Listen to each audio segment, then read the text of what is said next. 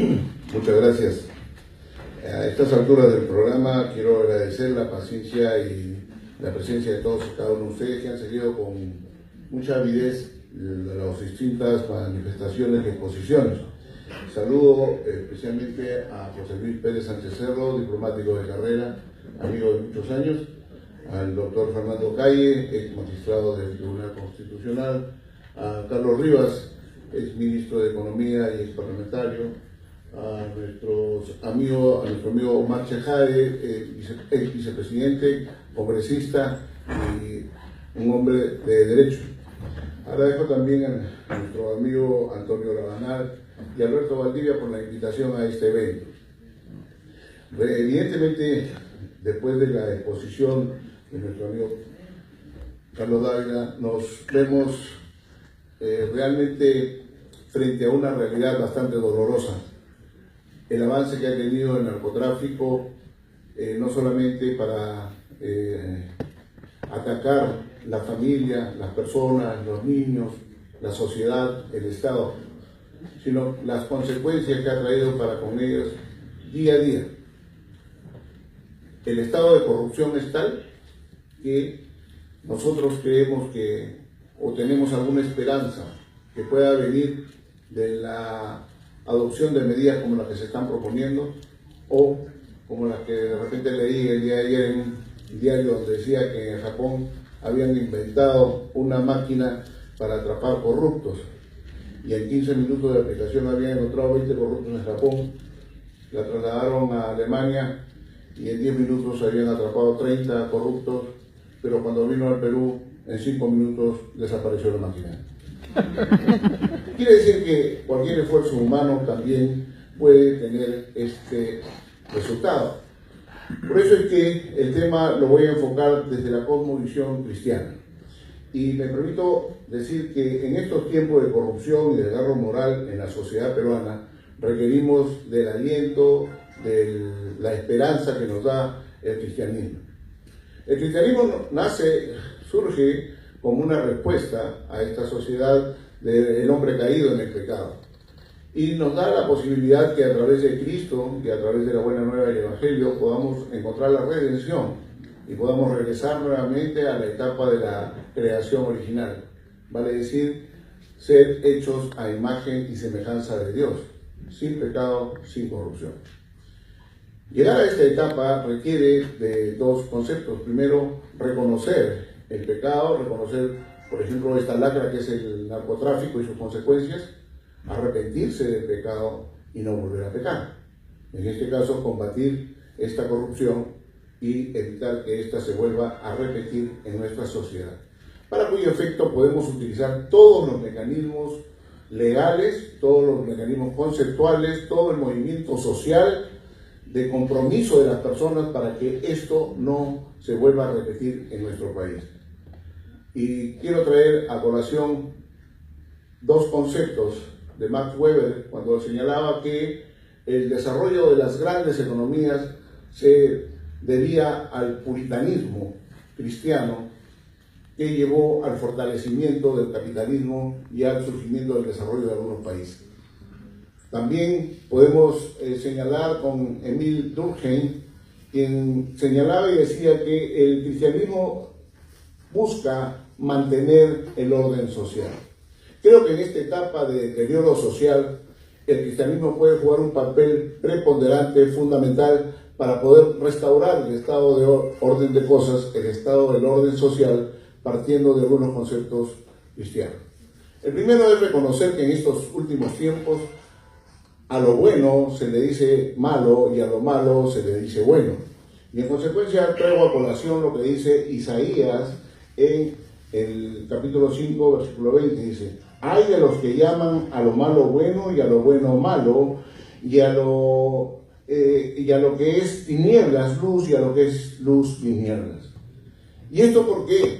Porque hemos visto que hace poco el Congreso ha aprobado una ley mediante la cual se ha legalizado el uso de la marihuana, con algunos justificación de carácter médico. Pero tras la legalización de las drogas, como el alcohol, el tabaco, vemos también que los efectos siguen siendo los mismos o quizá peores. Podemos ver a niños todavía consumiendo alcohol y botados en las calles.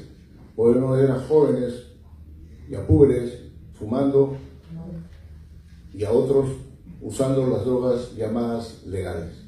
Pero las drogas ilegales, las psicotrópicas, las alucinógenas, como la marihuana, como la cocaína, tienen tras de sí toda una organización que empieza diciéndote que son buenas para la salud en determinadas circunstancias. Y allí van abriendo una puerta para que esto malo se pueda convertir en algo bueno. Dice también la palabra en Proverbios 4:2, dice, sobre toda cosa guardada, guarda tu corazón. Y creo que la maldad de los hombres, la corrupción, nace de un corazón corrompido. De un corazón que no respeta las normas morales, que no respeta el derecho, que no entiende que el derecho personal termina cuando empieza el derecho ajeno. Y si no tenemos estos conceptos básicos, estos valores, no vamos a entender una lucha contra la corrupción. Yo traigo a colación un dicho que decía un líder político muy importante en el Perú, y decía, ¿quién moraliza a los moralizadores? Y entonces nos damos cuenta, como ha señalado también nuestro amigo Fernando Caire, y dice, pues hay jueces supremos, vocales, que van a ir a moralizar a los jueces de paz, a los jueces de primera instancia de provincia. ¿Quién nos moraliza? Entonces, debemos recordar que el corazón humano es perverso, es malo. ¿Quién lo conocerá? Tras las acciones probablemente buenas, entre comillas, se esconden unos intereses subalternos, oscuros, de las tinieblas. Cuando se quiere en la educación, por ejemplo, pervertir la mente de los niños, diciendo que no nacen hombres ni mujeres, sino que ellos pueden construir su sexo. Cuando le dan la posibilidad de que los profesores pueden enseñarles a los niños a comportarse como niñas y a las niñas como niños. Y tenemos como realidad que solo en la región de Loreto existen 36 profesores procesados por violación de niños y siguen en actividad, cuando el Estado no hace absolutamente nada para sacar a estos maestros del control, del contacto y de la educación de nuestros niños. Entonces la corrupción va a seguir manteniéndose. Cuando tenemos un ministro de Educación que recibe 2 sentencias, una por la cual le dicen no aplique el enfoque de género, que es lo que usted quiere pervertir a los niños, y él dice, yo no hago caso de esto. Cuando tiene una medida cautelar que le dice, usted no haga ninguna acción para implementar la ideología de género, él viene al Congreso y le dice, yo no puedo oír a los padres porque su opinión no es vinculante. Cuando ese ministro de Educación desconoce lo que dice el artículo 13 de la Constitución, que es un derecho de los padres participar en el proceso educativo, y cuando el currículo que se quiere implementar no han invitado a los padres para que participen en su aprobación, esto es lesionar la Constitución. Y cuando a pesar de estos 2 fallos judiciales se continúa con la acción administrativa de pretender publicar los libros donde se contienen el currículum educativo, esto es violencia y resistencia a la autoridad. Y si esto es grave, mucho más grave resulta que desde la Presidencia de la República, en el mensaje 28 de julio, se amenace a los padres y se diga, antes del mes de diciembre yo aplicaré el enfoque de género, a pesar de estos 2 dispositivos legales. Me pregunto, ¿esto es corrupción o no es corrupción? Cuando se violenta la ley, cuando se violenta la Constitución, cuando se violenta la opinión ciudadana, cuando se transgrede una norma judicial expresa, se está enseñando a nuestros jóvenes a no acatar la ley. Y si la ley te dice no debes consumir drogas, con este ejemplo lo que se está haciendo es inculcar a romper la norma. Cuando se lleva adelante esta acción desde el gobierno, tenemos serias dudas de que se pueda respetar la voluntad popular o se busque el bien público, la seguridad y el bienestar de la sociedad peruana.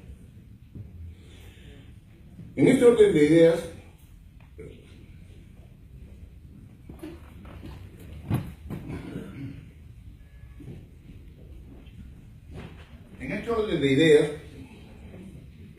la propuesta que se está haciendo de llevar adelante la determinación que el narcotráfico sea un delito de lesa humanidad, nuestro colectivo Unidos Pro Familia está completamente de acuerdo.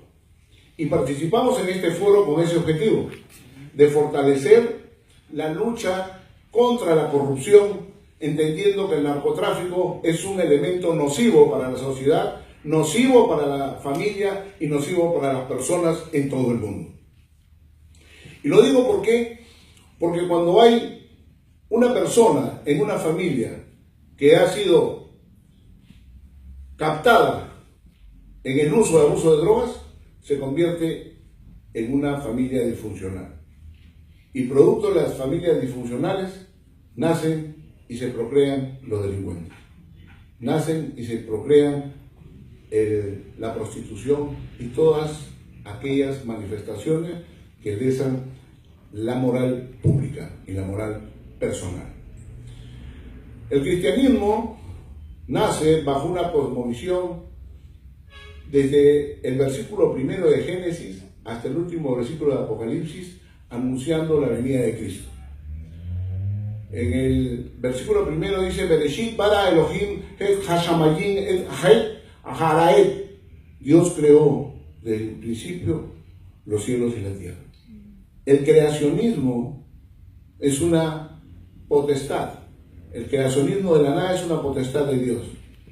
Y Dios creó primero los cielos y la tierra, dio el orden, dio el tiempo y después creó al hombre. Y dijo: creemos al hombre a nuestra imagen y semejanza. Y así lo creó, hombre y mujer. Y lo creó para que tuviese el control, el dominio sobre toda la creación, sobre toda la tierra.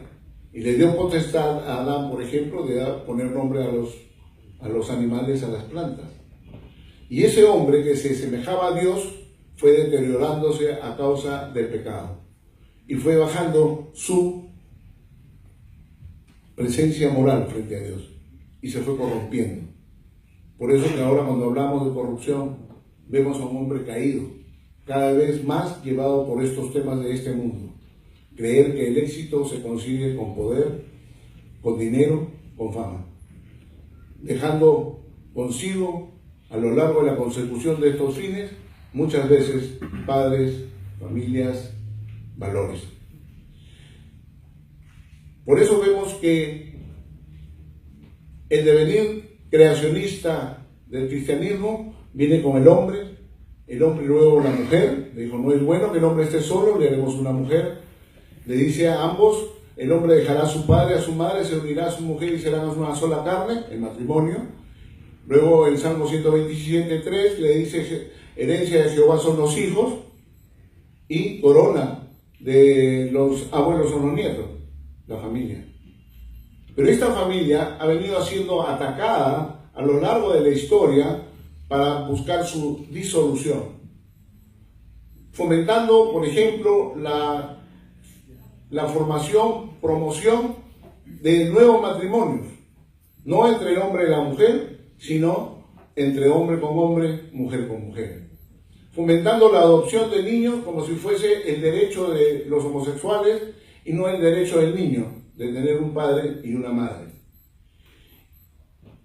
Pero estos ataques que se dan en este nivel también se dan con otros factores patógenos, como lo que acabamos de escuchar con las ilustraciones que han hecho los ponentes anteriores, con el narcotráfico, el uso de las sustancias psicotrópicas, alucinógenas, que nos permiten tener una burbuja de placer temporal, que después nos vuelven a la realidad y para cuya consecución se rompen todo tipo de valores. Y lo vemos en las noticias.